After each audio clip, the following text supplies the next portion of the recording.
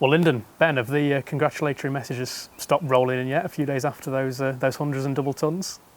Now they're still coming. Yeah, well, same here, to be honest. First time I looked at my phone, and it was nice to receive so many nice messages after that day. We'll start with your ton, Lyndon, which came before your double ton, of course.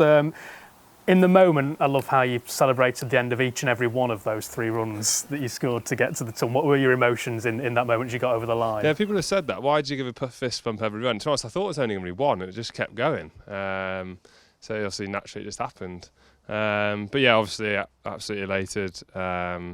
Incredible feeling. I was disappointed not to get there last year. But obviously, over the moon to finally get one this year. How special was it to be at the other end as Lyndon got to the 3 figures? Yeah, no, it was special. Good mate of mine, so to see him get there, and especially to be at the other end, and obviously see his mum and dad in the crowd when he got there, it was special. I was never in doubt, to be fair. We didn't really talk much about it when we were out there, but just the way he was playing, I knew he would get there. Not when I was on 99, I was nervous, but when he was getting close, I was never in doubt that he would get there, and it was a fine innings. Yeah, I was going to say, as you sort of passed your career best, was there anything that Ben needed to say to you? Maybe not, maybe it's just proceeding on as you were. Not really. I think I said kind of keep me going. Like, that's all I kept saying to the end of each over. I mean, we took that whole partnership in like sets of 5 runs throughout the innings, and that kind of worked well for us. But as I got a bit closer, I just said keep me going, keep me on here. I was pretty nervous like early 90s because I was like, I'm still a couple of hits away here, and the overs were ticking down towards the end of the day. But I think, as I said to him, as I got to 99, I was actually less nervous because I just thought, I'm literally one run away. So obviously, very special feeling. And it may have been away from here, but as you say, your parents were there. How special was it for them to see that after years you've been in the game? Yeah, obviously very special. I mean, they've travelled here, there and everywhere for me, sacrificed a lot. So, amazing to have them there with me. I mean, they were here last year when I got caught on 91 or whatever it was. So I feel like I owed it to them to eventually get over the line. But yeah, obviously nice to go give them a hug at the end of the day and celebrate with them.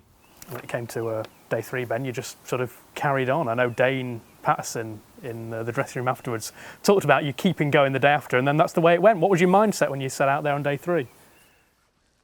I think it's just a case of just to keep going, really, to get us in the position to win the game. Because we really only wanted to bat once if we could in that fixture. So that's all I really had on my mind, and obviously there was little milestones along the way.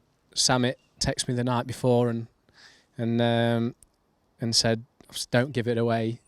Think about all the times that you have bad days." So he said, "Make the most of it tomorrow."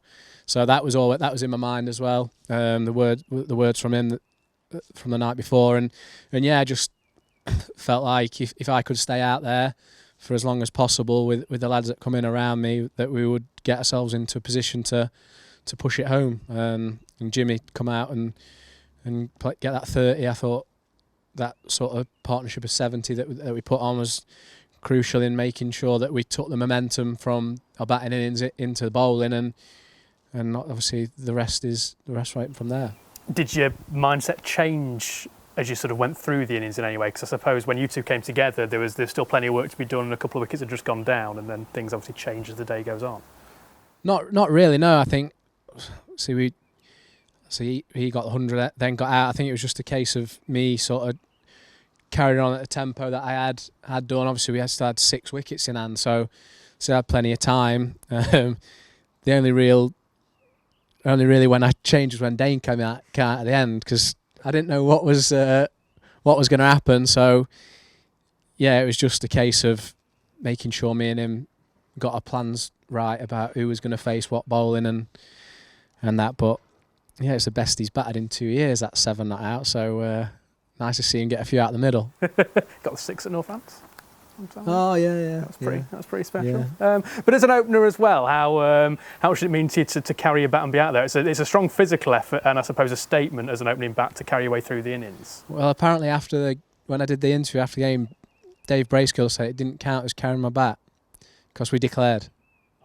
Yeah, I said to him I'm not having that, but apparently that's technically not true. But yeah, like you say, I think it's probably one of them. I think I sat on the balcony with you before, and you speak about your innings. I think it's probably not one of them that you'll realise what you've done until you've probably hung your boots up and your career's done, really.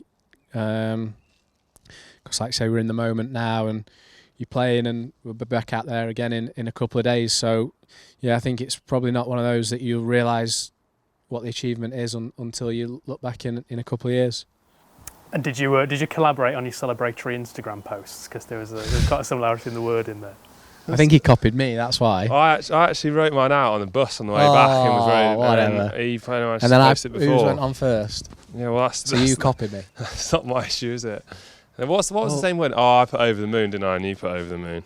Well, I'm obviously going to be over. I guess we are both going to be over the moon, aren't we? You could have. Similar to the partnership, I suppose. Can you put over the moon in a thesaurus? It's not actually. I don't know. I don't know what else to put. I'm very happy. It's a token, isn't it? I can see why you did over the moon, both of you, actually, now we talk about it. But as well, as we sort of look at the season as a whole, to bounce back so quickly from the defeat at Glamorgan to win so sort of resoundingly away from home, what did that mean in the dressing room afterwards on Saturday? Yeah, I think everyone was buzzing to get it done in 3 days and to bowl them out in a session like we did. Because obviously they're a good side, got some good players in that team. So I think to bowl the way we did on that evening and get it done in 3 days, it shows what we're about. Really bounce back after that Glamorgan defeat, where we probably weren't at our best at stages. We weren't by no means terrible. Like obviously the way Ducky played and things like that. I just think we might have got it wrong at certain stages and the momentum wasn't with us. But like you say, to bounce back and beat a decent side like that, it shows everyone what we're about, really. Opportunity to carry that form into the home game this week as well now.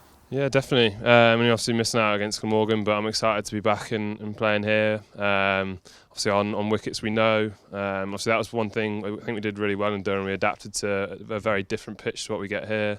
A little bit less pace, a little bit less carry and bounce. So I thought the bowlers again obviously backed that up, did an outstanding job to bowl them out in a session. But yeah, I'm really looking forward to seeing a few familiar faces around and playing back at Trent Bridge.